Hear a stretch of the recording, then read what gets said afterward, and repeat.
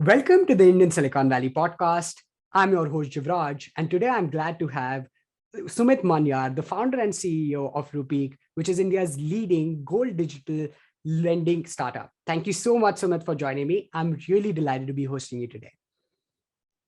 Thanks, Yuvraj. Thanks for the invite. Looking forward to the conversation. Heard a great things about you. Let's get started. Thank you so much, Sumit. And I'm really excited for this one because I think Rupeek has done so many things differently and it's created a category for itself in a somewhat traditional, conventional sort of a market spectrum, right? But before we go there, I'd love to gauge your attention and get some context in terms of how to identify unique problem sets, because you're a person from IIT Bombay who spent time in banking and then started a gold lending startup, right? Tell us how that happens and how you found this unique problem in a large market, as you like to call it, and what is the founding story like? I think that'll set us up beautifully well for the rest of the conversation. Absolutely. So, it typically starts with your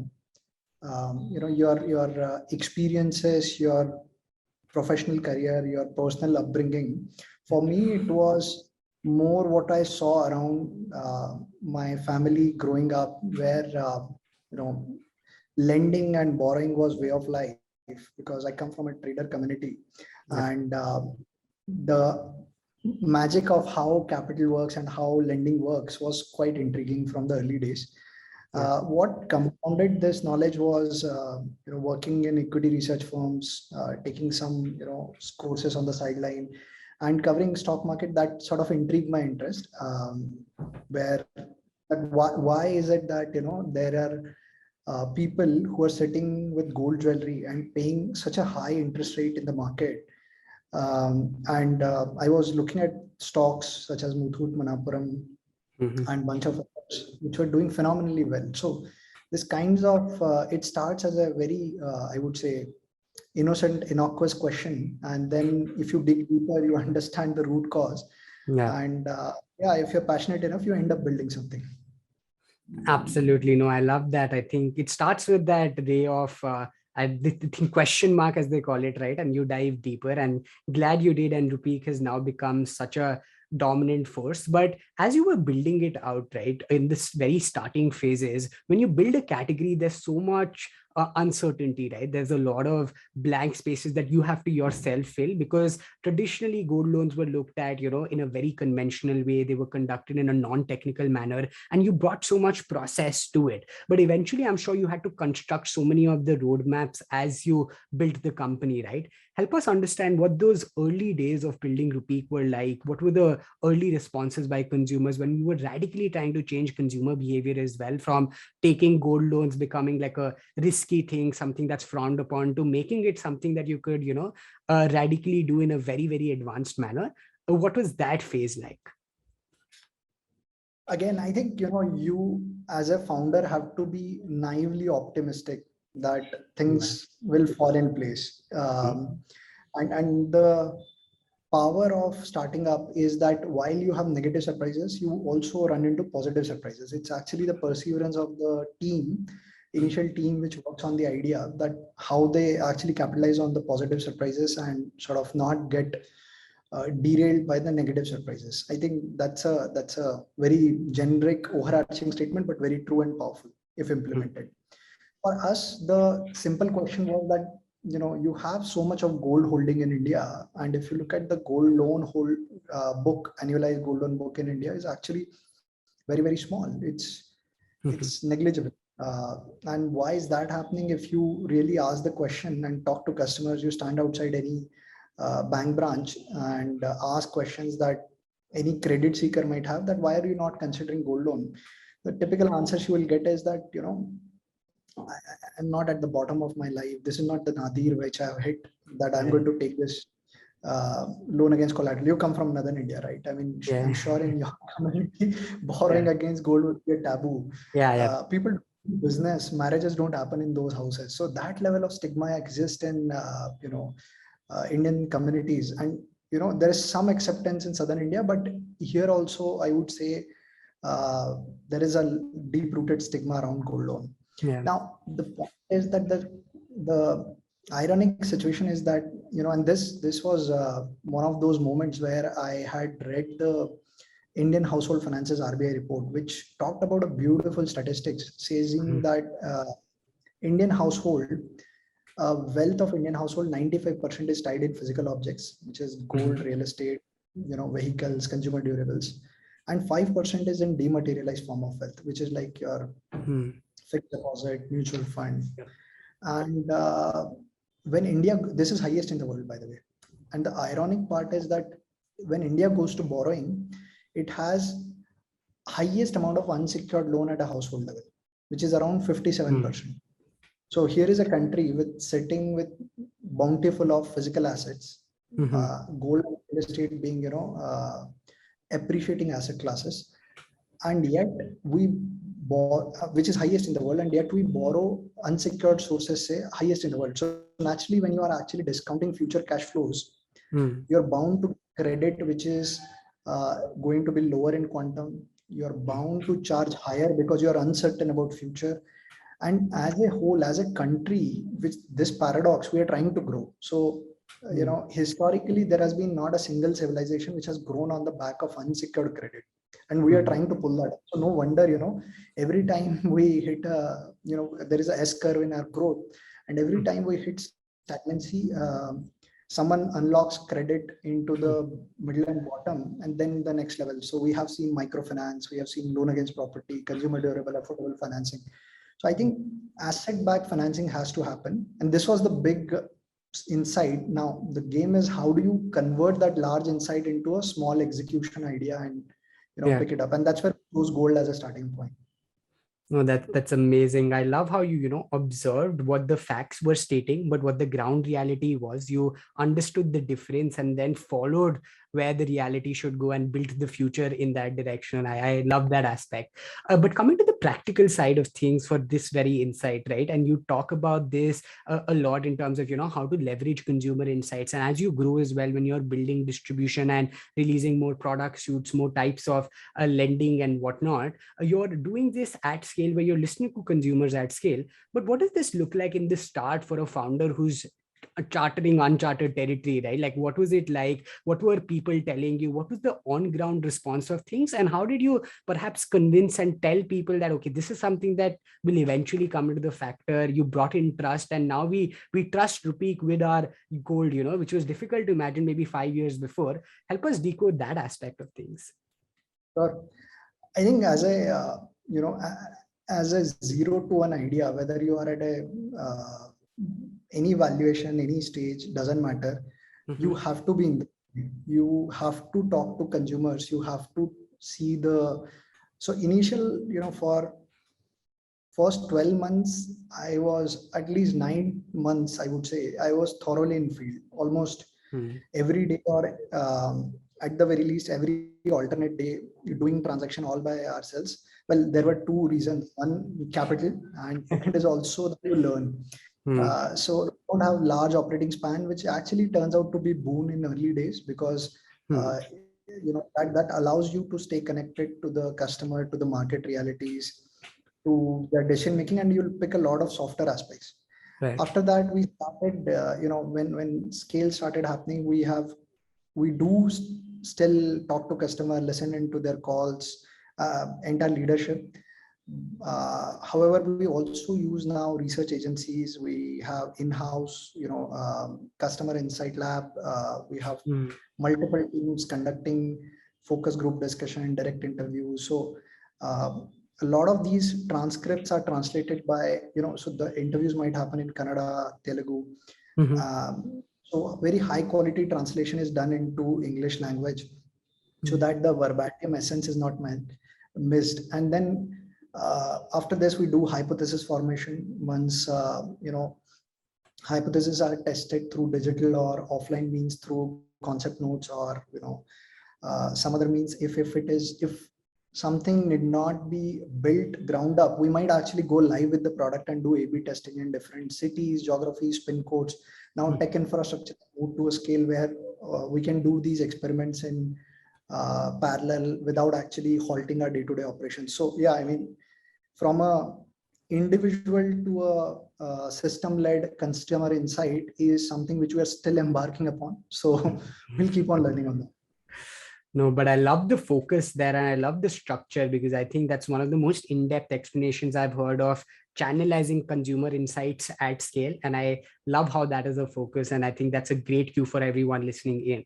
I think further, Sumit, I'd love to quickly double down on this operational aspect, right? When you talk about being in the field, so much of what Rupeek now also does has a huge operational component to it, be it, going to the folks' place and, getting the gold loans or securing the digital assets and all of that. Help us understand what it means to build an operational layer on top of which you build the technical layer, right? Because I think for Rupeek, more than anything else, operations is going to be a huge, huge focus. What does that mean as a founder? How do you inculcate that in systems and processes? And how do you build that mindset? Because from afar, it can seem like everything is happening in a technical aspect, right? But I'm guessing that's not the ground reality. So I'd love if you can, share your views there. Sure. I think, look, one of the things is that what you cannot change is customer insight. Second is market insight. So the way we think about is that customers' problems are like God's gospel. You cannot change it. Yeah. So you have to take that as granted. Yeah. What you cannot is also market insight, which is that how the demand and supply for a particular aspect can be there, which is, it's like carving in stone. You cannot change the demand and supply forces. Yeah. You can use customer insight, demand supply forces, and do some of innovation on the fulfillment. For example, you could crack a new distribution channel. You could crack a new form factor of how customer is going to consume credit, a different way to bring loyalty in, or a different way to incentivize customers, all from a P&L lens standpoint. So the way we think about it is there are three pillars. You have customer insight, which is deeply understanding your customer. Second, market insights, that where competition is, where alternate, it may not be just gold loan, but we actually, interestingly, most people think that we are competing against gold loan. No, I mean, in gold loan, our market share among the cities we operate in is really high. Although, we are very nascent stage at most cities, but within gold loan, we are already doing really, really well. But when we look at a customer level, we are actually losing to personal loan. So it's actually the inter category, which is our competitor, and not within category. I mean, sure, within category, we have to stay nimble, agile, but the bigger competition is actually other category altogether. At least for the customer segment, we are attracting. I cannot say this for entire industry, but for Rupeek customer. So the point is that this customer insight, this market insight, that now I have to study not just gold loan, but personal loan market insights as well. That what is the pricing available? What is the quantum of loan available? Am I actually suitable for most customer segment who are disappointed with personal loan category? What are my merits, demerits? So that market insight, and all of this gets hammered into P&L, which is that now how do I need to design my operations? How do I need to design my customer acquisition? How can I arrange it so that logically a P&L adds up? Now, from this perspective, the point is that operations is something which allows us to not build physical infrastructure. So the cost of being asset light allows us to operate on thin margin profiles. Yeah. And that is actually the reason why we chose to get into ops intensive business, because it was prohibiting from opening so many brick and mortar stores, which in turn allows us to pass on the cost to end consumer, which brings that flywheel and a virtuous cycle where, more cheaper cost, more functional utility, more customers love each other, and so on and so forth. Now, in order to do that, very fortunate that we have some of the fantastic leaders at Rupeek, and what these guys did was a combination of human capital and technology is working with each other, so that the Rupeek's OPEX cost structure sit leftmost on the cost curve, which means that doesn't matter where the price is, where the yield goes, we should be the one making profit at all margin profiles. Yeah. No, that's wonderful. I think that's a very structured explanation of how to look at an org. But that brings me to my next point, wherein it's interesting you mentioned it. But I heard one of the Rupeek leaders mention that Rupeek is not just a asset lending company; it's a company of marketing, software, logistics, supply chain, all built into one, right? So as a founder and CEO, when you see this happening, right, when you're building the ecosystem, not just building the product, not just building the technology, how do you prioritize the right spectrums and find the right talent to intermingle with each other so that the vision stays on top? Because from your words, it's evident that you're looking at the next 10 years, right? You're not just looking at one category, you're looking at the consumer as a whole. You're looking to solve the needs of the consumer. How do you keep that vision intact and ensure that the short-term execution is also happening? I would love any insights that you have there. So So I think what one needs to do is to portray and paint a, say, 3 or 5 year out audacious picture, extremely audacious, extremely ambitious, that what is that you want to achieve. And that 5 year goal will have a implied stage you should be at a 3 year old goal. I mean, sure, you might not hit the goal always at exactly the way, but even failure gives you insight. yeah. uh, and insight is the key to the next level of success. So you start with a very audacious goal, work at 5 year end, then translate that what it means, that where you need to be at 3 year end, and what it means to be at the 12-month end mark. Mhm. You also look at current situation and current constraint, that what is that necessarily you need to do in the next 1 or 2 quarters. And Mhm. the jump between next 1 to 2 quarter and 12 allows you to fill in the blank for the remaining, in between time periods. Mhm. And ultimately, if there is a conflict, then you take a decision, that what is reversible, irreversible decision. So if your culture is at stake, it's a irreversible decision. So you might want to actually bite the bullet now. Whereas Yeah. if something like a one-time monetary hit and you can move on with that, you probably want to bite it and just keep building business. So yeah, I mean, there is no straightforward answer, unfortunately, but you have to triangulate the long-term ambitions. And then what it allows you to do is that it might allow you to take some uh, extremely bold calls very early in the journey. And I believe leaders sets those game-changing bold moves, which allows the company to move orbit and change the industry landscape. So yeah, I mean, again, success is no guarantee. What you can Yeah. do is plan and introspect and learn from the insights. Absolutely. No, I think that's very, very wise to mention. And my insight there is, how you mentioned taking the bold bets and setting audacious goals very, very early on. And I think one pattern I've seen amongst great founders that I've had the fortune of hosting is that it's just this optimism and audaciousness about the goals they set. And you're testifying to that entire spectrum. So great to hear that.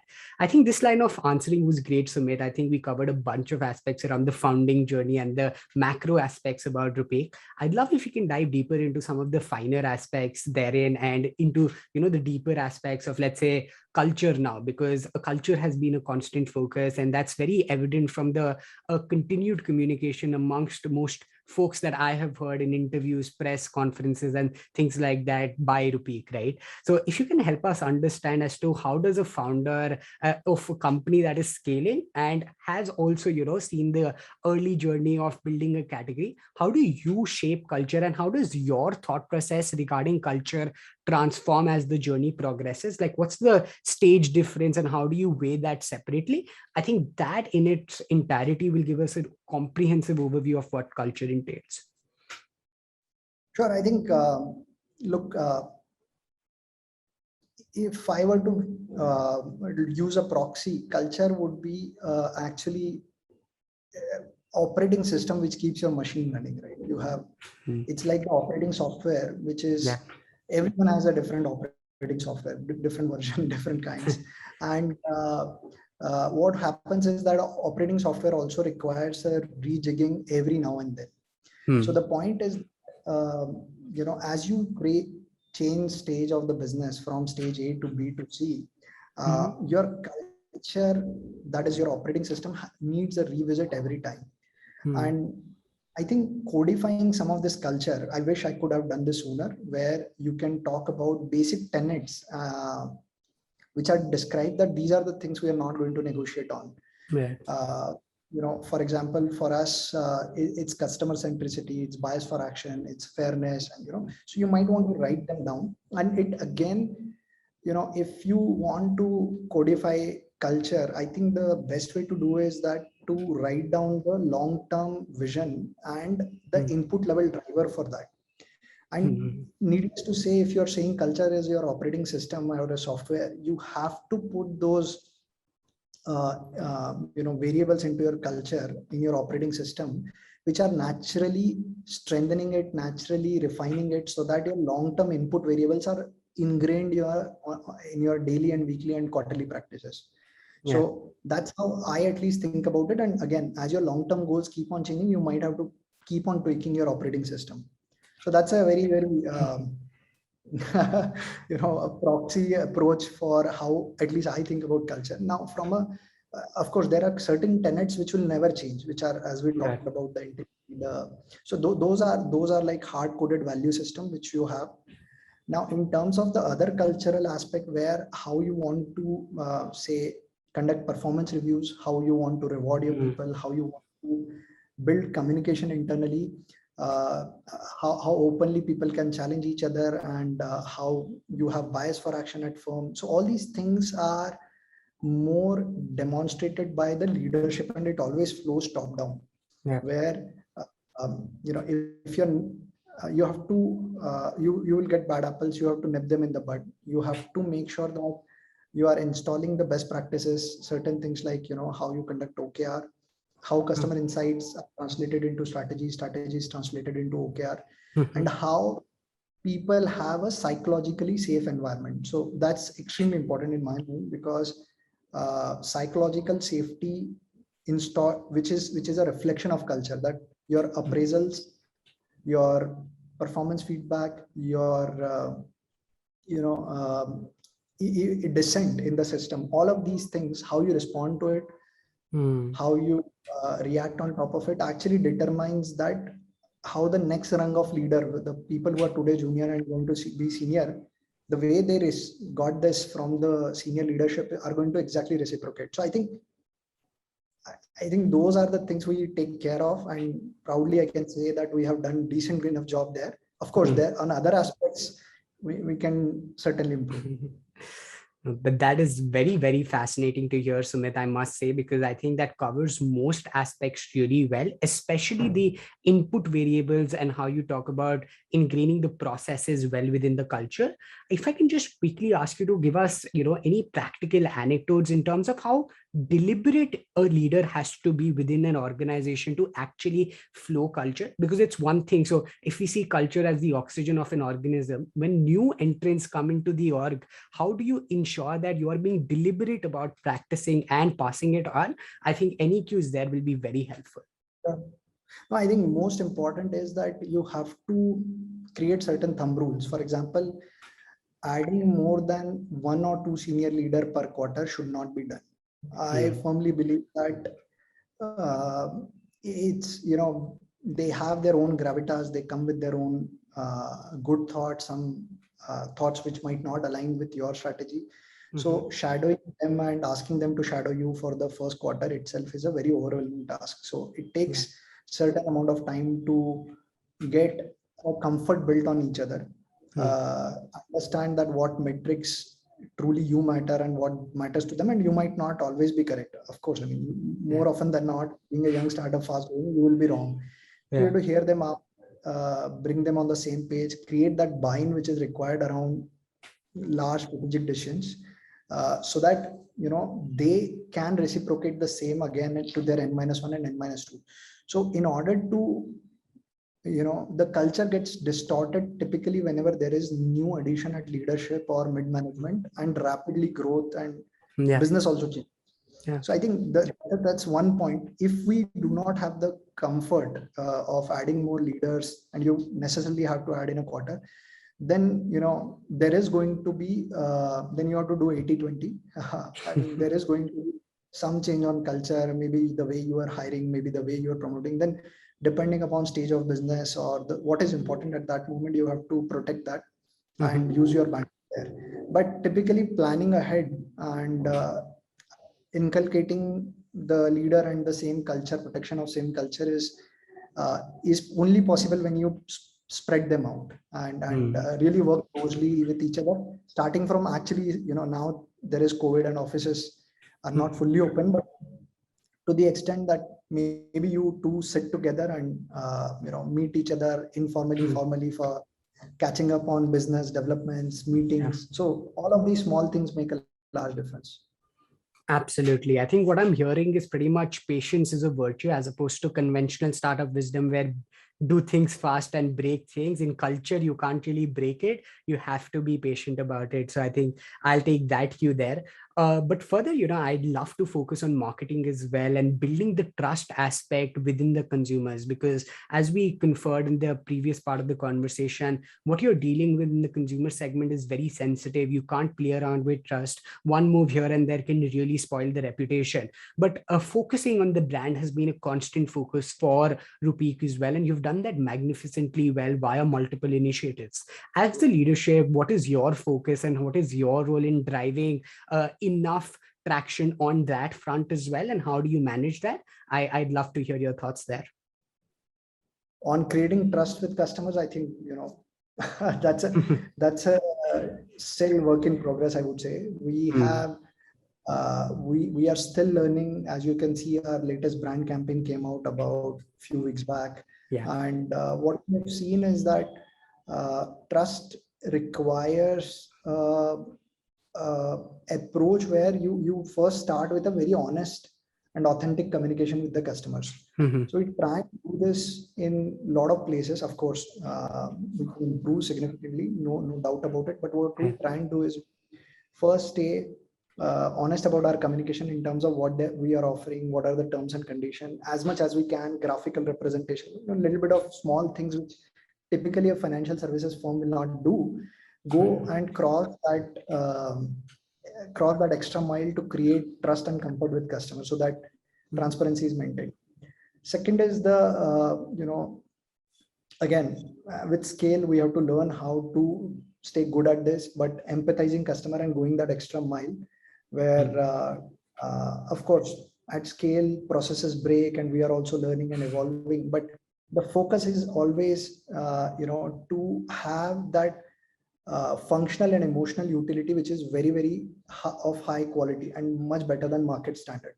Right. So that's the North Star of redefining the customer value prop on functional and emotional value props. Apart from it, the other trust markers which we have seen is that it's actually across all touch points. So if you see from the moment you land on the website to the IVRS, and it's very difficult to put a quantitative weight that, okay, maybe this is a game-changing marker or that is there, but rather from a negative infinity to positive, all these small additions culminate trust, and you don't know what are the three things which will work for an individual. So you have to take the from training your people to putting up your technology or product play or apps or marketing collateral, all of these things. And for example, different people have told us that the only thing which mattered to them is the consistency. So the reason they trusted us eventually was nothing to do with that they knew someone who had transacted at Rupeek or not, but just that there was a consistent communication from the first message they got to the last message they received from agent was exactly the same. And they thought, this is something which a good brand would do, and hence I can trust this brand. Right. So yeah, it is something, as I said, we are still evolving and still learning. But these are the some of the tidbits which worked well for us. Awesome. No, those are again golden words, because I think the focus on the smaller aspects and striving for excellence despite focusing on one thing more or the other thing, or trying to guess what the consumer will like, as opposed to doing that, just like focusing on each thing and striving for excellence. That's my cue there, and it's turning out to be brilliant. So I think that's a great cue for everyone listening in. I think as we wind down the conversation, Sumit, I have another question on, how you've gone about the finer aspect of Rupeek in terms of growth, which is in terms of, making those repeatable playbooks and ensuring that they can come into the picture. But I want to understand in contrast with the process versus innovation debate, right? How much can you put into process versus how much can you innovate? If you can help us understand that, especially with focus on when you expand geographically, when you expand with product suits, what do you do and how much do you how much of process orientation is there and how much innovation is there? I think that would be wonderful to understand. Jivraj, disclaimer, we are also learning and evolving at this. And quite honestly, with scale, different responsibilities come in terms of policymaker, regulator. Earlier, we were too small in size, inconsequential for everyone. But now we have to withstand scrutiny 360 degree. Now, and this is after couple of wrong iterations we are landing now that look, there are actually almost like two different DNAs of business, and what you cannot do is actually enforce rules of the game from different DNA. There is a 0 to 1 DNA and there is a 1 to 10 DNA. True. If you interchange or apply the rules of each other, they will never scale.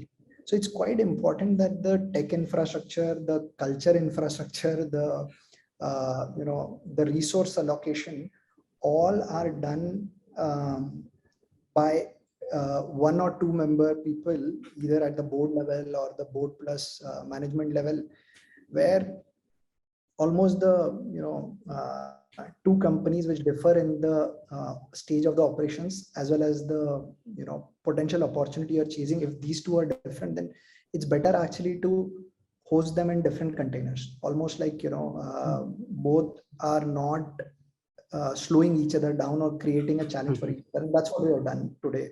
So a lot of 0 to 1 ideas for us which are not visible anywhere within Rupeek as well in the 1 to 10 scale, are operating completely like a small team, 10-15 member team maximum we would have in 0 to 1 ideas who are operating.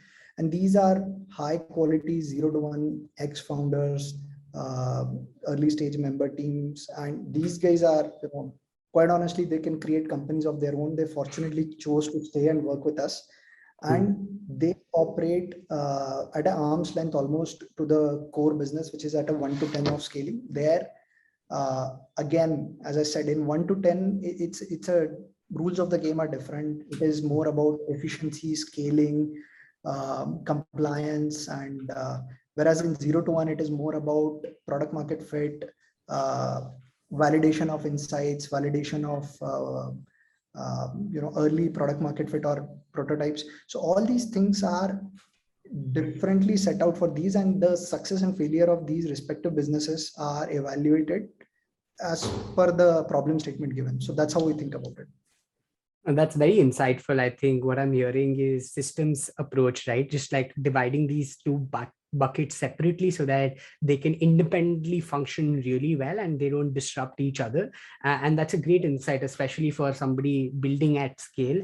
And I'm sure that's going to be very useful. This was great, but you mentioned about regulation, and this was fascinating to hear, because as you build a company, there are controllables and there are these uncontrollables. There's almost very little you can do about regulatory spectrums, right? But you can do a lot about what happens at Rupeek. How do you make that trade-off as a founder, and what goes on? And if you have any general rules of advice for, let's say, how to deal with the non-controllables as a founder, that would be wonderful to hear. I presume you mean more from a regulatory aspect, policy making aspect? Yeah. I think, one thing which I have appreciated over the year is that India in the near term might be irrational, but in the long run, it is very, very rational. Yeah. So I mean, that was more, generic statement, but the way I think about it is that there is a letter of the law and then there is a spirit of the law. So what we do, if letter of the law today doesn't exist about any business model, any concept, we then try and understand with a regulatory hat that how would a regulator or a policymaker think about, what do they really care about? For example, a retail investor's money should always be protected. KYC has to be done at all times. There should not be any systemic risk which might appear. So these kind of moves are extremely important. And that is what we ensure are available to us. And we then validate this with ex-regulator, ex-policymaker. So we work with them, ex-RBI folks who have served in regulatory positions, so they can guide us in terms of where we are erring on a gray area, or where we have to sort of take a conservative approach and not get in there. So all these clarities, A, internal management thought, first principle, fortunately we have great set of leaders, and B, then we go out in the real world and talk to mentors and experts to guide us. No, that makes complete sense. I mean, just like having that empathy for what needs to be done, and then working with the right set of people to execute it. That's what I'm hearing. But this was wonderful. I think this entire line of thought covers a bunch of aspects around how you've gone about building Rupeek, and that's been a phenomenal journey indeed. As we close down the conversation, I would love to focus on a couple of personal questions and understand better as to how you have navigated situations. The first one there is, I'm sure the ride was not as rosy as we've heard it to be, and there were a couple of bumps along the way. On a more general level, and I'm sure that you've been asked this before, but when challenges are, proposed to a founder who is on the flywheel of just making things happen, how do you, comfort yourself, slow down if at all, and how do you navigate these obstacles along the way? I think that would be wonderful to hear, Sumit. No, I think everyone needs three set of people, I believe. One is you need a sounding board. People can spend more time with you, strategize with you. You can ask trivial questions. Then you need subject matter experts who would give you the guidance about. So even on personal front, you might have like counselors, coaches, leadership. They might guide you. And then third comes the mentor. So mentor is someone who has actually crossed the chasm, is on the other side, has seen scale, has built, and you use all three resources to navigate any personal channel. And knowingly, unknowingly, we actually do that. Every one of us has been doing it. Yeah. Like you have a friend who's your sounding board, and you can text him on or her on WhatsApp. Then you would have people in family that some uncle who's expert on investment if you want an investment idea, or has purchased it. And then there are mentors who are, say, college seniors who have seen scale, or someone from ecosystem who has crossed that similar stage of journey and come out successfully, and they can tell you what it takes to cross that inflection point. So yeah, I've been working with all three, and I've been very fortunate to get all three amazingly well poised in life. So yeah, working with three, one of the ways I think you can tackle situations despite of having a lonely job. No, definitely. I think just seeking help is such an important aspect, but a very quick, small aspect of this is just being acceptance of being vulnerable, right? Do you think there are any cues? Because I'm sure that founders have to wear this hat, whereas you can't show your vulnerability in public, right? Because that becomes detrimental to, if the captain who's running the ship is vulnerable, then that's just not the best side. How do you navigate that as a founder? And if you have any cues, that'd be great. So maybe, as I said, I'm blessed to have seasoned leaders around me, and very mission driven people. And actually, I share my fears, and I share my, opportunity or whatever I'm feeling with them without much worry or without much thinking. And I think they are mature enough to read that. I at least believe that if you're working with great set of people, they're mature enough to understand and read between the lines, right? I mean, yeah. So no point in being authentic and sharing what is truly the case, and collectively solving and finding a cure is much better. Yeah, I mean, sure, there are certain issues where you cannot go to anyone for advice, personal or professional.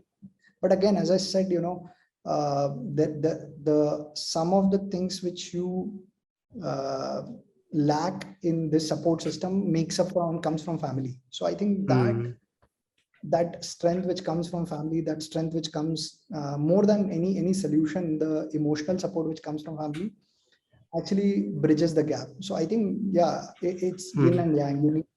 You need team and you need family both. Absolutely. That's I think key, staying authentic and just like surrounding yourself with the right people, which is like the underlying aspect of everything is very, very important. Next up, Sumit, like this is one of my favorite questions, and I've asked multiple founders on the show this. But as you build a company for the first time, which is worth, multi-million dollars, you're seeing scale now. You as a founder have to adapt to so many new situations almost every new day. As a founder, how has this scaling up journey for you been? As the company has grown magnificently, it grows at, let's say, exponentially, but founders have to keep up with the pace, right? Deal with newer challenges and be ready at all instances. If you have any learnings to share as to how you have been able to adapt with newer situations almost at each given step and point in time, that would be great to hear. Well, that's a good one, and that's a thought-provoking one. So, yeah, typically what I do is I try to introspect about what it would take to succeed in the new landscape. First write down the rules and try and understand. And I firmly believe on capitalizing on my strengths and actually surrounding with people, myself with people with the complementary skill set.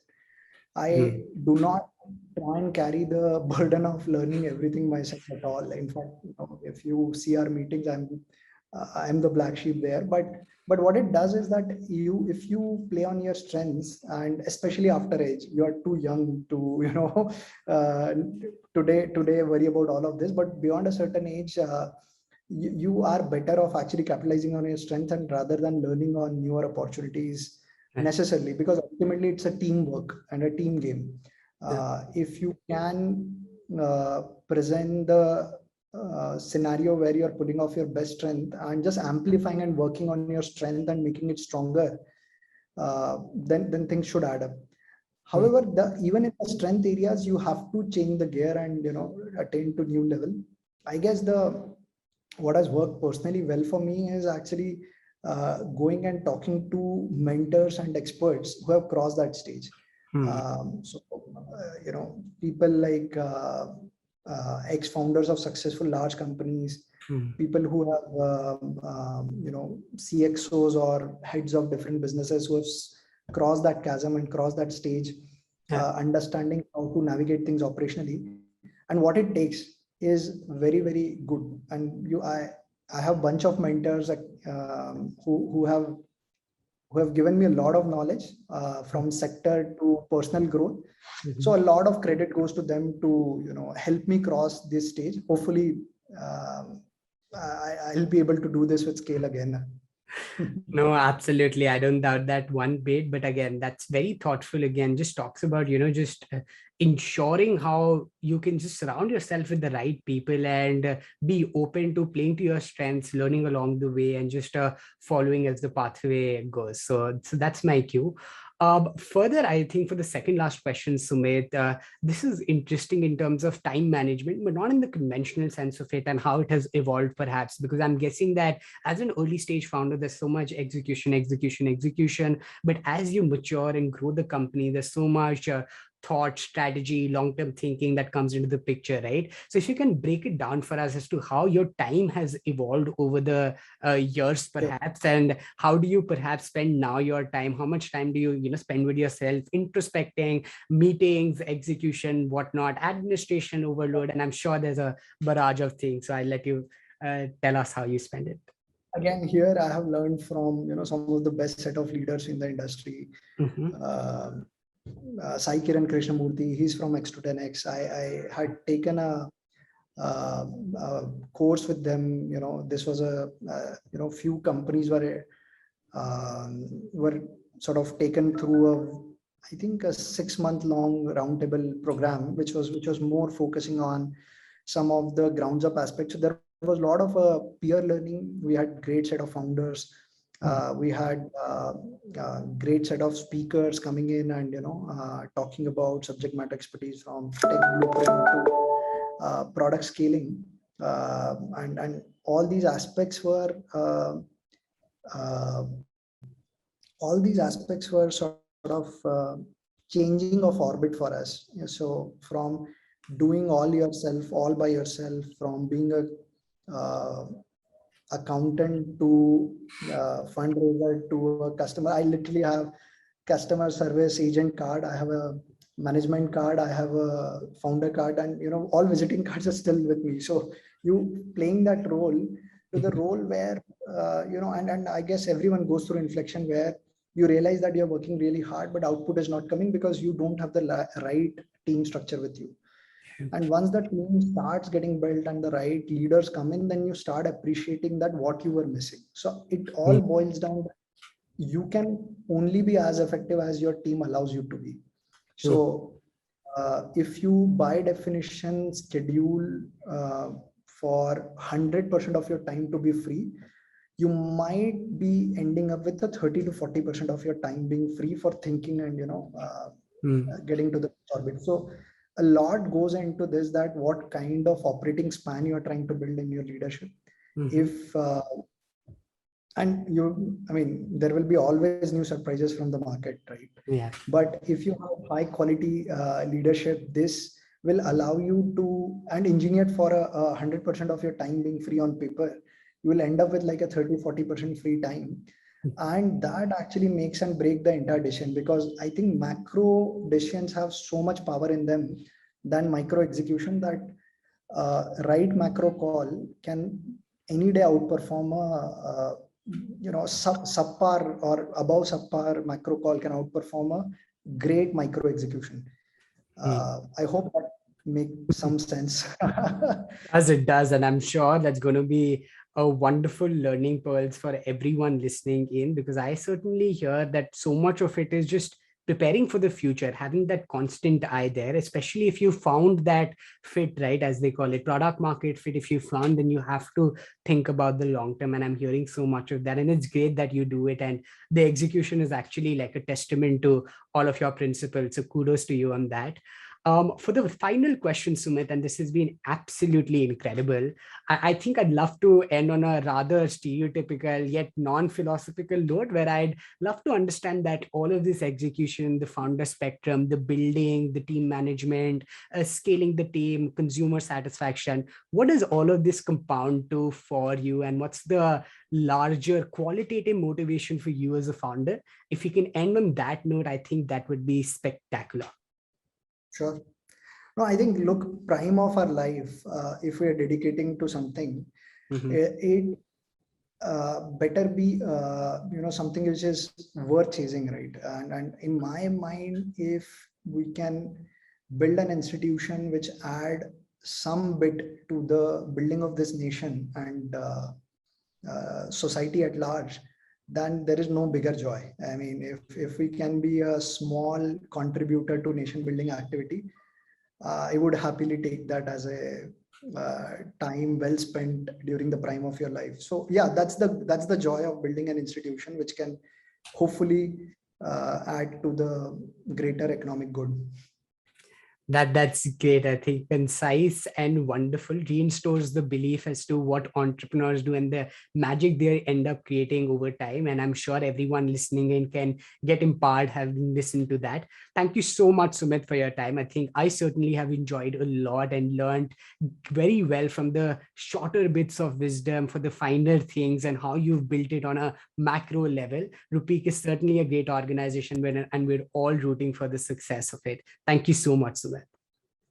No, thank you, Jivraj. Thank you so much for inviting. And I must say, you're super generous with words, very kind. As I said, we are learning. Happy to stay in touch and stay connected. Thank you.